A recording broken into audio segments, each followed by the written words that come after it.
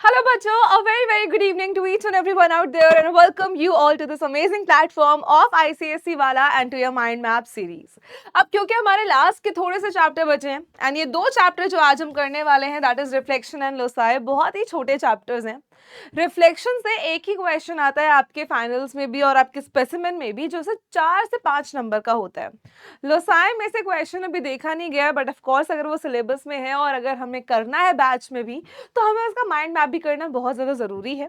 तो हम इन दोनों चैप्टर्स को कंबाइन करके आज की क्लास में करने वाले हैं, क्योंकि ये दोनों ही चैप्टर बहुत ही ज़्यादा छोटे हैं. लेकिन रिफ्लेक्शन छोटा होने के साथ साथ इंपॉर्टेंट भी है, क्योंकि एक ना एक 4 से 5 नंबर का क्वेश्चन इस चैप्टर में से ज़रूर आएगा ही आएगा. लोसाई का कुछ बोल नहीं सकते हैं, क्योंकि अभी तक देखा नहीं गया है ना 2024 पीवाईक्यूज में, ना ही 2025 स्पेसिमेन में. सो हम लोग देखेंगे कि किस तरीके के क्वेश्चंस हम लोग यहाँ से एक्सपेक्ट कर सकते हैं, इसमें थ्योरी क्या है. तो सबसे पहली चीज बेटा, हम लोग यहाँ पे क्या क्या करने वाले हैं, जितना भी रिफ्लेक्शन का पार्ट है, बेसिकली कि कोऑर्डिनेट ज्योमेट्री का पार्ट है रिफ्लेक्शन. तो कोऑर्डिनेट ज्योमेट्री क्या होती है, एब्सिसा. रिफ्लेक्शन क्या होती है, रिफ्लेक्शन अगर हम एक्स एक्सिस से करें या वाई एक्सिस से करें या किसी भी ओरिजिन से करें, इनवेरिएंट पॉइंट क्या होता है, किसी और लाइन से रिफ्लेक्ट होना क्या होता है, स्पेसिमेन एंड पीवाईक्यूज करेंगे. लोसाई में वहीं पे जब अगर हम बात करें तो ये सारी चीजें हैं. तो आप इनको समझते हैं एक बार कि सिलेबस में क्या क्या है. सबसे पहले रिफ्लेक्शन में बेटा आपके पास reflection of a point in a line x equals to 0. तो सबसे पहले ये समझना कि अगर x इक्वल्स टू 0 है तो ये किस एक्सिस की इक्वेशन है. y equals to 0, x equals to a, y equals to a, the origin, reflection of a point in the origin and invariant point. तो ये तीन मेजर चीजें हैं. फिर आज हम लोसाई के बारे में बात करेंगे, तो इसकी definition, meaning, theorems and construction based on loci. The locus of a point at a fixed distance from a fixed point in a circle with the fixed point as a center and the fixed distance as the radius, and point equidistant from the bisector of the angles, and the point equidistant from two given point perpendicular bisector of the joining lines, and the proofs are not required. इतनी चीज हम लोग करेंगे, theorems को हम लोग समझेंगे. तो आप बेटा रिफ्लेक्शन के साथ शुरुआत करते हैं. ठीक है, हमें पता है रिफ्लेक्शन क्या होती है, हमने ये तो फिजिक्स में भी पढ़ा है ना. नॉर्मल रे, रिफ्लेक्टेड रे, है ना, इंसिडेंट रे, ये सारा हमने पढ़ा है. तो रिफ्लेक्शन का मतलब वहां पे क्या होता है, अगर एक बात हम ध्यान से देखें तो इंसिडेंट रे, आओ थोड़ी फिजिक्स पढ़ते हैं पहले. ठीक है, इंसिडेंट रे होती है, रिफ्लेक्टेड रे होती है, फिर नॉर्मल होती है. So angle of incidence is equal to angle of reflection, जो कि नॉर्मल के साथ बनता है. ये हम डिस्कस करते चलते हैं. ठीक है, अब इसकी बात करते हैं सेम वे में. अगर हम यहाँ पे normal day to day life में रिफ्लेक्शन की बात करें, तुम मिरर में अपना क्या देखते हो, रिफ्लेक्शन देखते हो ना. अगर तुम मिरर से इतना दूर खड़े हो तो मिरर के अंदर भी तुम उतना ही दूर खड़े हो. ऐसा तो नहीं है कि तुम यहाँ पे मिरर से 10 मीटर्स की दूरी पे खड़े हो और मिरर में रिफ्लेक्शन में तुम बहुत पास खड़े हो, फिर तो वो डरने वाली बात हो जाएगी, है ना. उसमें तो आपको डर लगना चाहिए. तो रिफ्लेक्शन क्या होता है बेटा, कि जैसी आपकी शेप है, साइज है, वो सेम टू सेम आपकी दिखती है आपके रिफ्लेक्शन में. अब यहाँ पे हम जब कोऑर्डिनेट ज्योमेट्री की बात करते हैं, तो हमारा मिरर क्या बनता है, एक्स एक्सिस बनता है, वाई एक्सिस बनता है, ओरिजिन बनती है, या कोई भी ऐसी दूसरी लाइन जो कि एक्स एक्सिस के पैरेलल है या वाई एक्सिस के पैरेलल है. ये सारी लाइंस हमारी मिरर की तरह एक्ट कर सकती हैं. अब जरूरी नहीं है ना कि मिरर एक ही जगह खड़ा हो, मिरर किसी भी जगह खड़ा हो सकता है. अगर मिरर मेरे ऊपर है ना, अगर मैं नीचे खड़ी हूँ और मेरे सीलिंग पे मिरर है तो ऊपर भी तो इमेज बनेगी. अगर मेरे सामने मिरर है तो सामने भी इमेज बनेगी. सो डिपेंडिंग ऑन की क्वेश्चन में क्या पूछा जाता है, आपकी इमेज वहां बनती है. अब इमेज से बेटा ये सिंपली समझो, बहुत सिंपल है, कोई ज्यादा वो नहीं है. मान लो ये आपका मिरर है, ये आपका सिंपल मिरर है बेटा. अगर आप यहाँ पे खड़े हो तो आपकी रिफ्लेक्टेड, ये आप खड़े हो, ये आपका मिरर है, आपकी इमेज कहाँ बनेगी, यहाँ बनेगी. This is what reflection is ना, यही तो रिफ्लेक्शन होता है. अब मान लो कि आपका मिरर ऐसे है और अगर आप यहाँ पे खड़े हो तो आपकी इमेज कहाँ बनेगी, यहाँ बनेगी. This is what reflection is. तो हमें जब क्वेश्चन में गिवन है एक्स एक्सिस से या वाई एक्सिस से, वहां से हम लोग बनाते हैं. अब कोऑर्डिनेट ज्योमेट्री की बात करें बेटा, तो हमें पता है कोऑर्डिनेट ज्योमेट्री क्या करती है. किसी भी पॉइंट का लोकेशन अगर हमें जानना हो, किसी भी पॉइंट की पोजीशन अगर हमें जानना हो, तो भाई वो क्या करती है, लोकेट करती है पोजीशन ऑफ अ पॉइंट को प्लेन में. अब नेक्स्ट अगर हम यहाँ पे बात करें कोऑर्डिनेट एक्सिस क्या होता है? हमें पता है जो एक्स एक्सिस और वाई एक्सिस होते हैं जो आपस में म्यूचुअली परपेंडिकुलर होते हैं, बेसिकली आपस में जहां मीट करते हैं वहां पे 90 डिग्री बनाते हैं, इसको हम बोलते हैं परपेंडिकुलर होना। अब इसी के साथ साथ X axis is the horizontal, Y axis is the vertical line, and यहां से हम उन दोनों को समझते हैं कि एक्स एक्सिस और वाई एक्सिस क्या होता है। नेक्स्ट हमारे पास है कि भाई इस तरीके से हमने ये 9th क्लास में भी सीखा है कि हम पॉइंट्स को प्लॉट कैसे करते हैं। अगर हमारे पास 2,3 है तो 2 इज द एक्स कोऑर्डिनेट जिसको हम एब्ससा बोलते हैं, and 3 is the Y coordinate जिसको हम ऑर्डिनेट बोलते हैं। अगर इस पॉइंट को हमें प्लॉट करना है तो हम 2 पे x पे 2 देखेंगे, y पे 3 देखेंगे और हम पॉइंट को प्लॉट कर देंगे। यहाँ पे एक चीज है बेटा जो तुम लोगों को बहुत ज्यादा ध्यान रखने की जरूरत है, वो है क्वाड्रेंट वाला कंसेप्ट, कि अगर आपके पास यहाँ पे ये एक्स एक्सिस है, ये वाई एक्सिस है, ठीक है, तो हमें पता है कि एक्स एक्सिस और वाई एक्सिस जो कार्टेशियन प्लेन होता है उसको 4 पार्ट्स में डिवाइड करता है। ये हो जाता है आपका first part, this becomes your second, ये पार्ट आपका थर्ड पार्ट होता है और ये पार्ट आपका फोर्थ पार्ट होता है। Basically all these parts are known as quadrants, first quadrant, second quadrant, third quadrant and your fourth quadrant. अब एक क्वाड्रेंट के बाद क्या है बेटा, हर एक क्वाड्रेंट में हर एक पॉइंट का जो उनके साइन है वो अलग अलग होते हैं। अब अगर हम फर्स्ट क्वाड्रेंट की बात करें तो बच्चा यहाँ बहुत ध्यान से देखो, फर्स्ट क्वाड्रेंट में x भी पॉजिटिव है और y भी पॉजिटिव है। The x axis is also positive and the y axis is also positive. ये दोनों ही पॉजिटिव हैं, तो यहाँ पे फर्स्ट क्वाड्रेंट में जो भी पॉइंट आएगा, फर्स्ट क्वाड्रेंट में जो भी पॉइंट आएगा वो कैसा होगा, पॉजिटिव होगा। अब सेकंड क्वाड्रेंट में देखो x नेगेटिव है बेटा, सेकंड क्वाड्रेंट में x नेगेटिव है और y पॉजिटिव है। सेकंड क्वाड्रेंट में क्या है, x नेगेटिव, y पॉजिटिव, तो सेकंड क्वाड्रेंट में जो भी साइन आएगा उसका x नेगेटिव होगा, एब्सिसा नेगेटिव होगा और y ऑर्डिनेट पॉजिटिव होगा। अब थर्ड क्वाड्रेंट की बात करें तो ये है एक्स एक्सिस और ये है आपका वाई एक्सिस, तो ये X axis negative, Y axis भी नेगेटिव, तो थर्ड क्वाड्रेंट में बेटा जो भी पॉइंट आएगा उसके जो साइन होंगे वो दोनों नेगेटिव होंगे। और फोर्थ क्वाड्रेंट की बेटा अगर हम यहाँ पे बात करें तो फोर्थ क्वाड्रेंट में आपके पास जो y है वो नेगेटिव, x है जो वो पॉजिटिव है, तो फोर्थ क्वाड्रेंट में आपके जो भी आएंगे उसमें x पॉजिटिव और y नेगेटिव आएगा। तो दिस इज हाउ कि हम चारों क्वाड्रेंट्स में अलग अलग साइन यूज करते हैं डिपेंडिंग ऑन कि भाई क्या कहाँ आ रहा है, ठीक है। अब कहाँ क्या आ रहा है उसी के पर्पस से हम लोग इसको रिफ्लेक्ट करते हैं। अब रिफ्लेक्ट कैसे करते हैं भाई ये भी समझो। देखो जैसे कि मान लो कि यहाँ पे फोर्थ क्वाड्रेंट में एक दिल है, फोर्थ क्वाड्रेंट में एक दिल है और मैंने आपसे बोला कि बेटा इस दिल को आप क्या करो, इस दिल को आप y एक्सिस से रिफ्लेक्ट कराओ। ये दिल है ना, फिर मैंने बोला इस दिल को आप इस y एक्सिस से रिफ्लेक्ट कराओ। तो अगर ये दिल यहाँ है, इधर से रिफ्लेक्ट कराना है, मतलब ये मिरर है, तो ये दिल कहाँ आ जाएगा, यहाँ आ जाएगा। यहाँ आ जाएगा मतलब इसमें जो पहले थोड़ा सा पॉजिटिव था और एक नेगेटिव था, अब वो दोनों ही नेगेटिव बन जाएंगे क्योंकि ये अब थर्ड क्वाड्रेंट में आ गया। रिफ्लेक्ट होके यहाँ थोड़ी ना चला जाएगा, समझ रहे हो, रिफ्लेक्ट होके यहाँ थोड़ी ना चला जाएगा। अगर तुम्हारा शीशा है, तुम ऐसे खड़े हो तो रिफ्लेक्ट होके तुम उसमें उल्टे थोड़ी आ जाओगे, या तुम उसमें थोड़े ऊपर थोड़ी उठ जाओगे जमीन से, तुम एकदम सामने सामने होगे। तो अगर ये दिल यहाँ है, इधर से रिफ्लेक्ट होना है तो एकदम इसके सामने ही जाएगा यहाँ वाले पॉइंट पे। और मान लो कि अगर मैं आपसे बोलूं बेटा कि एक्स एक्सिस से रिफ्लेक्ट कराओ, तो ये दिल है, इधर से रिफ्लेक्ट होना मतलब ये शीशा है, तो फर्स्ट क्वाड्रेंट में दिल आ जाएगा। So this is how you reflect, बस इतनी सी बात है। आगे चलते हैं बच्चा, नेक्स्ट चीज यहाँ पे हम लोग देखते हैं कि कोऑर्डिनेट एक्स एक्सिस का, अगर एक्स एक्सिस पे कोई भी पॉइंट होता है तो वो x,0 फॉर्म का होता है और y एक्सिस पे कोई भी पॉइंट होता है तो वो 0,y फॉर्म का होता है। तो हमने यही सीखा कि भाई अगर तुम ऐसे खड़े हो तो तुम कोट नहीं पहन लोगे वहां पे, सो गैप भी सेम रहेगा, तुम भी सेम रहोगे, रिफ्लेक्शन ऐसे नहीं होती है। आगे चलते हैं, लेट्स मूव फॉरवर्ड बच्चा। अब रिफ्लेक्शन मैंने आपको स्टार्टिंग में ही बोला कि तीन तरीके से मेजरली होती है, या तो किसी दोनों एक्सिस में से कि आप एक्स एक्सिस से रिफ्लेक्ट करा रहे हो, या आप वाई एक्सिस से रिफ्लेक्ट करा रहे हो, या तो आप ओरिजिन से रिफ्लेक्ट करा रहे हो। ठीक है, तो भाई या तो एक्स एक्सिस से या वाई एक्सिस से या तो ओरिजिन से रिफ्लेक्ट कराना। अब आप सोचोगे मैम ओरिजिन से कैसे रिफ्लेक्ट कराते हैं?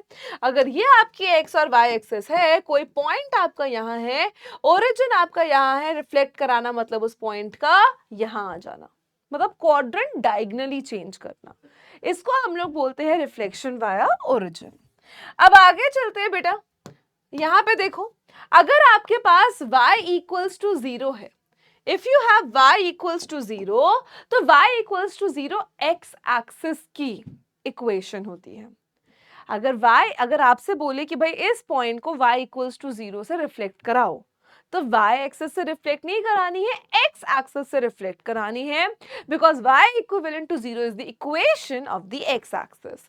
Similarly x equals to 0 is the equation of y axis. अगर x इक्वल्स टू 0 कहीं दिख जाए, इसका मतलब है y एक्सिस की बात हो रही है। प्लीज इसको याद रखेंगे।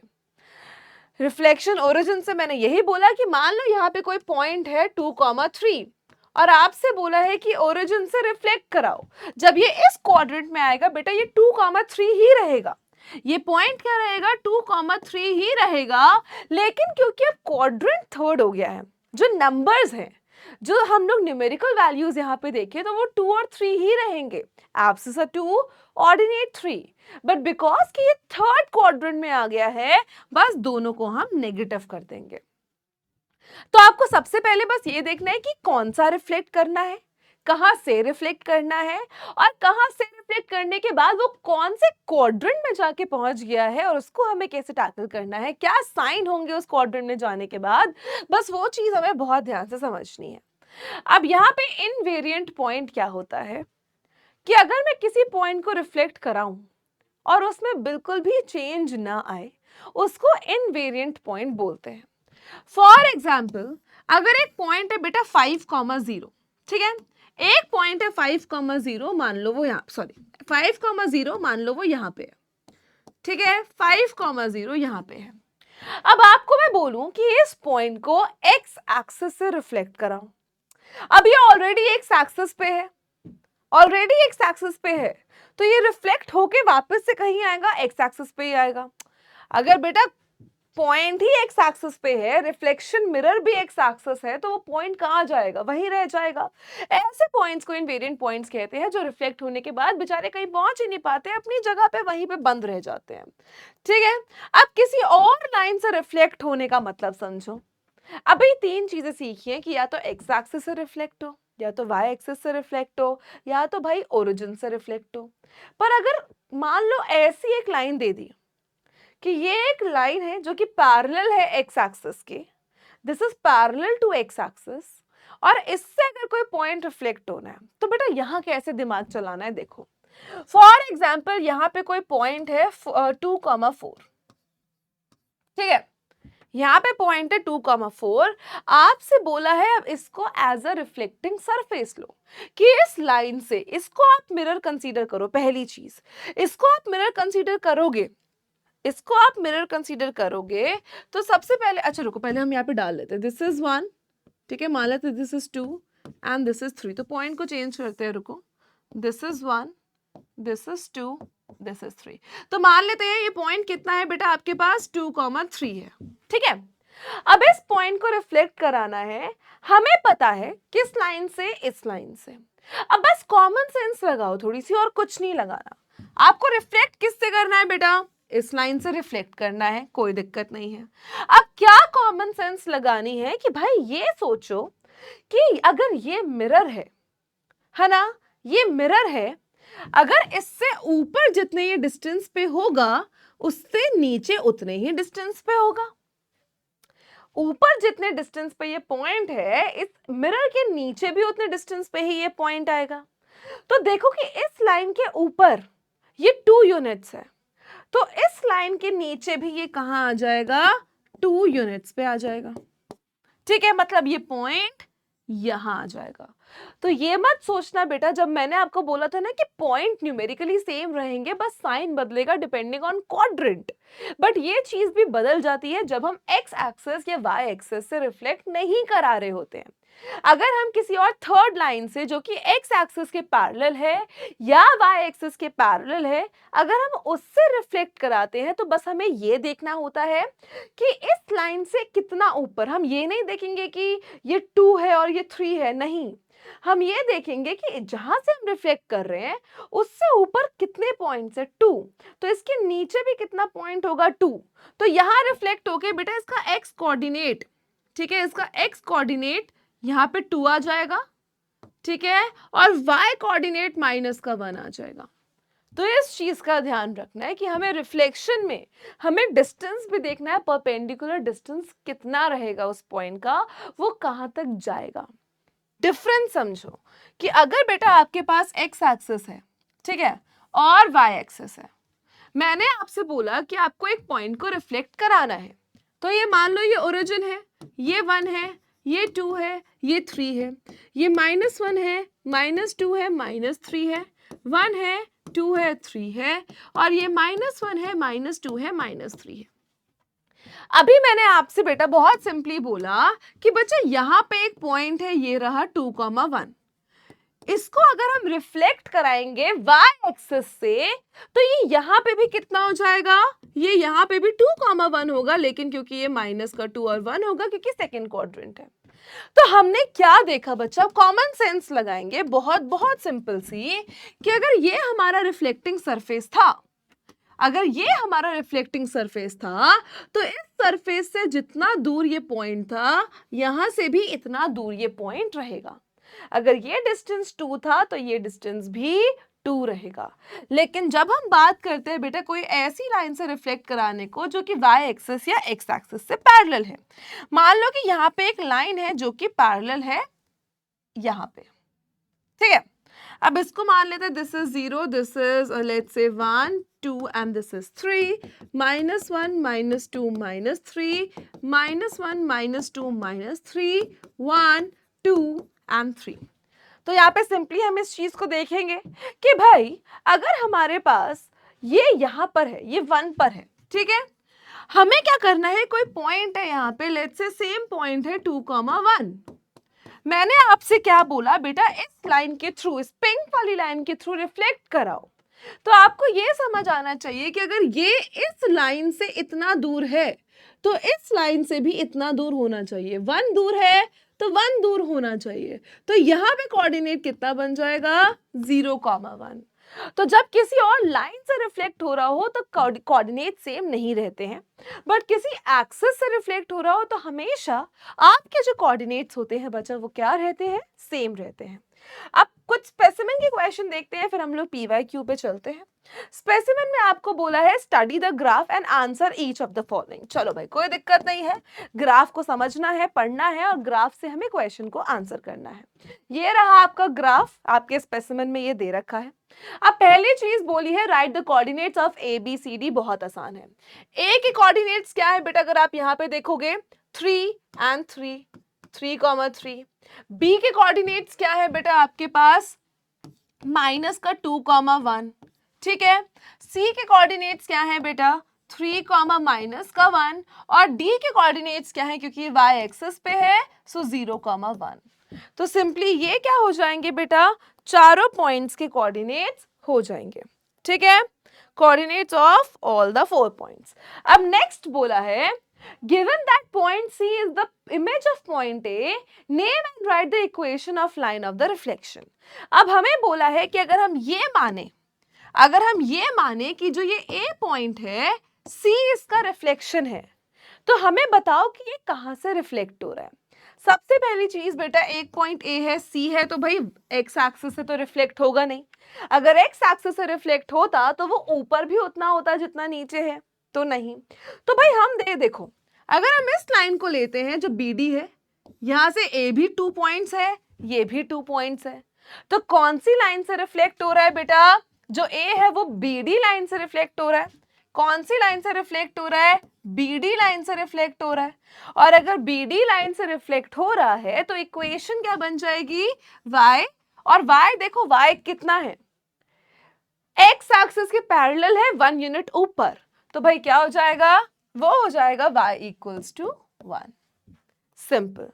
नेक्स्ट क्या है? Write the coordinates of the image of point D under reflection in y axis. तो अगर मैं इस पॉइंट D का y एक्सिस पे ही रिफ्लेक्शन करा दूं, पॉइंट D कहां है? y एक्सिस के ऊपर ही है। अब इसका मैं y एक्सिस के ऊपर ही रिफ्लेक्शन करा दूं तो क्या रिफ्लेक्शन होगा? 0,1 ही रहेगा। क्या रहेगा? 0,1 ही रहेगा। What is the name given to a point whose image is the point itself? ऐसे पॉइंट को क्या बोलते हैं? ऐसे पॉइंट को इनवेरिएंट पॉइंट बोलते हैं। ऐसे पॉइंट को क्या बोलते हैं बच्चा? इनवेरिएंट पॉइंट बोलते हैं। On joining points A, B, C, D and A in order क्या फिगर बनेगा? आ जाओ बेटा ज्वाइन कर लेते हैं, लेट्स ज्वाइन इट। तो जब हम इन सबको ज्वाइन करेंगे दैट मीन्स A को B से, ठीक है, फिर B को C से, फिर C को D से, और फिर D को वापस A से, तो ये कैसा बना है बेटा फिगर? इसको हम एरोहेड बोल सकते हैं। ये कैसी फिगर बनी है? इसको या तो हम एरोहेड बोल सकते हैं या कॉनकेव क्वाड्रिलेटरल बोल सकते हैं, क्योंकि इसमें एक रिफ्लेक्स एंगल आ रहा है आपके पास, ठीक है, बट आप इसको कॉनकेव या एरोहेड दोनों बोल सकते हो। तो हम सीधा लिखेंगे ये क्या बन रहा है? ये एक एरोहेड बन रहा है। As simple as that. Easy peasy. कितने नंबर का क्वेश्चन? अराउंड 4-5 नंबर का क्वेश्चन है फॉर श्योर। 4 to 5 मार्क्स का क्वेश्चन है। PYQ देखते हैं बेटा। अब इसमें बोला है कि भाई ग्राफ शीट यूज करो, 2 सेंटीमीटर को 1 यूनिट लो, वो आप अपना मैनेज कर सकते हैं। प्लॉट करने कुछ कुछ पॉइंट्स, तो आओ बच्चे प्लॉट करते हैं सबसे पहले, ठीक है। Let's make the axis. तो सबसे पहली चीज तो भाई ये बन जाएगी हमारी एक्स एक्सिस, ठीक है, और उसके बाद यहाँ से ये बना लेते हैं हम अपनी y एक्सिस, कोई दिक्कत नहीं है, ठीक है। अब इस पे हम लोग पॉइंट्स लिखते हैं बेटा। Let's write down the points. तो ये ओरिजिन हो जाएगा, दिस विल बी 1, यहाँ पे 2 आ जाएगा, 3, 4, 5, ठीक है। यहाँ पे भी सेम लिखेंगे 1, 2, 3, 4 एंड टॉप पे 5 है। यहाँ भी आपके पास -1, माइनस का 2, माइनस का 3, माइनस का 4, माइनस का 5। नीचे भी आपके पास बेटा माइनस का 1, माइनस का 2, माइनस का 3, माइनस का 4 एंड सो ऑन, माइनस का 5। अब हमें बोला है कि सबसे पहले A को प्लॉट करो 0,3। Let's do it. सबसे पहले क्या करेंगे बेटा? A is 0,3, X is 0, Y is something, so 0,3 आएगा आपका यहाँ पे। This point will be point A। Next आपको प्लॉट करना है B 2,1। सो B आपका 2,1, B आपका पॉइंट आ जाएगा यहाँ पे, that is point V, that is 2,1। फिर आपके पास C आएगा 4,-1, X पॉजिटिव है, Y नेगेटिव है, और 4,-1 आपका यहाँ पर आ जाएगा पॉइंट C। तो सबसे पहला काम तो हमने कर दिया कि हमने तीनों पॉइंट्स को प्लॉट कर दिया। Reflect point B and C in Y axis and उनका नाम लिखो B dash and C dash. Plot and right coordinates of point B dash and C dash. B और C को Y एक्सिस पे reflect करना है, ठीक है। ये है B, ये है C, ये है Y एक्सिस, है ना। अब इसको बेटा अगर रिफ्लेक्ट करेंगे B को तो वो यहां आ जाएगा, है ना, और इसको हमें क्या लेबल करना है? B dash. B डैश के कोऑर्डिनेट्स क्या हो जाएंगे बेटा? X is negative, Y is positive. C को रिफ्लेक्ट करना है तो वो कहां आ जाएगा? यहां आ जाएगा। ये क्या बन जाएगा? C dash. और C डैश कितना हो जाएगा बेटा आपके पास अगर हम बात करें? सो -4,1। तो क्या किया हमने? दोनों B और C को रिफ्लेक्ट करा दिया। नेक्स्ट बोला है reflect point A in the line BB dash and name its image as A dash। तो पहले एक लाइन बनाओ BB dash, ठीक है। सबसे पहले क्या करना है बच्चा? एक लाइन बनानी है, ये रही BB dash। अब इस BB dash के थ्रू क्या करना है? BB dash के थ्रू आपको रिफ्लेक्ट कराना है। कौन सा पॉइंट? A पॉइंट को। अब इस पॉइंट से देखो, अब इस लाइन से ए कितना ऊपर है, 2 ऊपर है, तो इसी लाइन से ए कितना आ जाएगा, 2 नीचे, तो ये एक, तो ए पॉइंट कहाँ आ जाएगा, यहां आ जाएगा। इसको हम लिखेंगे ए डैश, और ए डैश के कोऑर्डिनेट्स हो जाएंगे 0, -1। समझा? अब लास्ट चीज हमें क्या बोली है, plot and write the coordinates of point A dash. Plot कर दिया और हमने उसके कोऑर्डिनेट्स लिख दिए। Join the point A B A dash B dash, ठीक है, A B A dash B dash. आओ बेटा ज्वाइन करते हैं, ठीक है, लेट्स ज्वाइन। हमें ज्वाइन करना है A B A dash B dash. Okay, so A B A dash B dash, ठीक है, इनको ज्वाइन कर दिया। फिर बोला है and give the geometrical name to the closed figure so form. तो हमें इन सबको ज्वाइन करना है, इन चारों को ज्वाइन कर देते हैं। और हमसे पूछा है कि ये कैसी फिगर बनी है बेटा, तो हम सिंपली बोल सकते हैं ये एक रोम्बस की शेप में नजर आ रहा है। सो हम लास्ट आंसर क्या लिखेंगे कि एक रोम्बस जो है यहां से बन रहा है, दैट्स इट। बस इसी टाइप के इतने ही सिंपल क्वेश्चंस आपके पास आते हैं जिनको आप बहुत इजीली सॉल्व कर सकते हैं।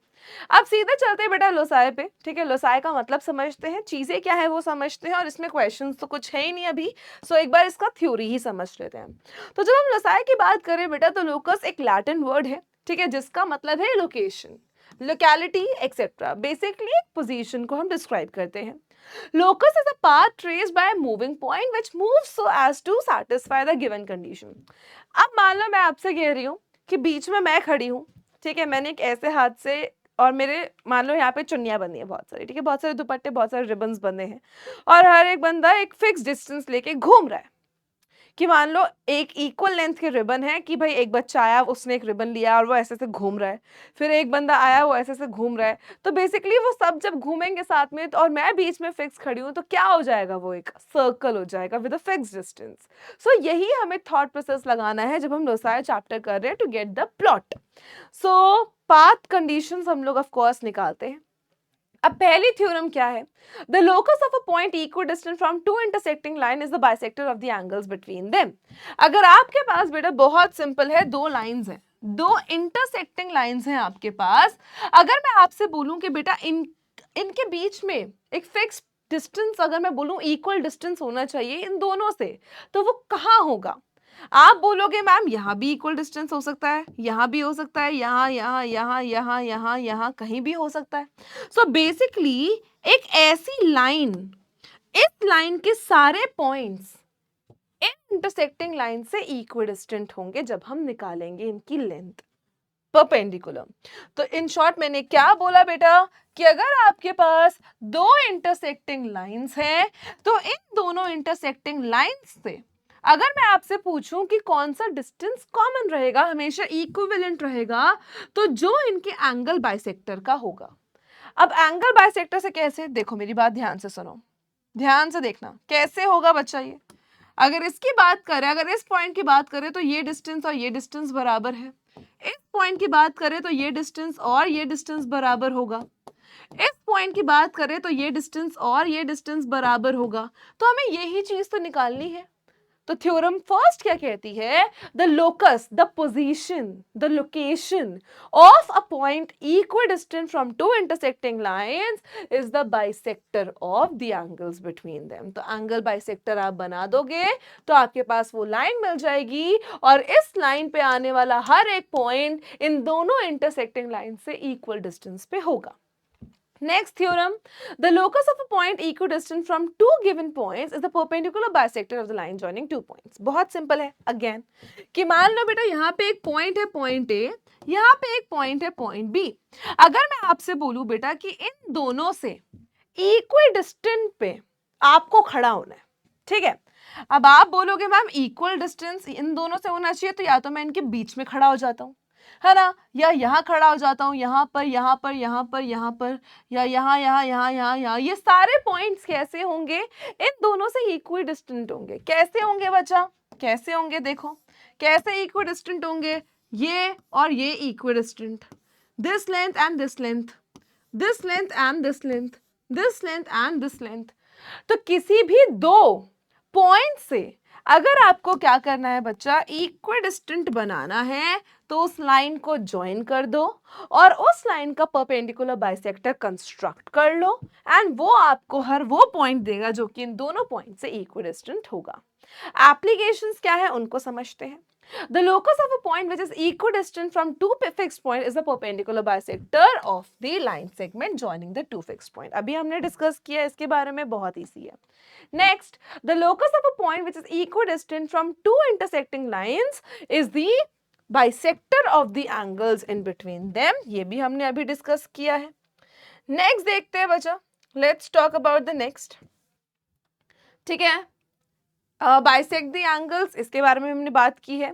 The locus of a point which is equidistant from two intersecting straight line consists of a pair of straight line which bisect the angle between them.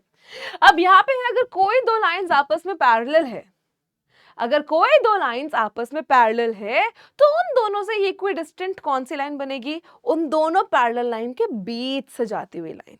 बहुत सिंपल है बेटा, इसको बस ऐसे समझो कि अगर हमारे पास एक पैरेलल लाइन है और दूसरी पैरेलल लाइन है, अगर मैं बोलूं बेटा एक ऐसी लाइन बनाओ जो इन दोनों के पैरेलल हो, या बेसिकली ये बोलो कि जो इन दोनों से इक्विडिस्टेंट हो, तो अगर इन दोनों के बीच में बेटा जो गैप है वो 4 सेंटीमीटर का है, तो ऊपर से 2 सेंटीमीटर और नीचे से 2 सेंटीमीटर पे एक ऐसी लाइन बनेगी जो कि दोनों से इक्विडिस्टेंट होगी. So a line which is there in middle of both of them. That's it. Next, the locus of a point which is at a given distance from a given line is a pair of line parallel to a given line and given distance from it. उनके just बीच का part. That's it. The locus of the midpoints of all the equal chords in a circle is circumference of the circle concentric with the given circle having radius equal to the distance and equal chords. अगर chords equal हैं तो वो center से equidistant होंगी ही होंगी. और equal chords of a circle are equidistant from the center. अब एक लास्ट हम एक बार देख लेते हैं कि यहाँ पे the locus of a point equidistant from two concentric circles is the circumference of the circle concentric with the given circles and midway between them. अगर हम बात करें कि एक ये कंसेंट्रिक सर्कल है बाहर वाला, एक ये कंसेंट्रिक सर्कल है अंदर वाला, तो इन दोनों को अगर हम इक्विडिस्टेंट देखें कौन सा पॉइंट है, तो एक सर्कल जो इनके बीच में आ जाएगा. That's it. तो बस लोसाय में इतना ही है बच्चा. This was all about the chapter and I hope कि आपको ये रिवीजन समझ में आया हो. रिफ्लेक्शन प्लीज बिल्कुल भी मत छोड़ना. सो मिलते हैं नेक्स्ट क्लास में, तब तक अपना ख्याल रखो. Take care everyone and I will see you in the next mind map. Till then take care, have a great time ahead. See you, have a lovely day. Bye bye.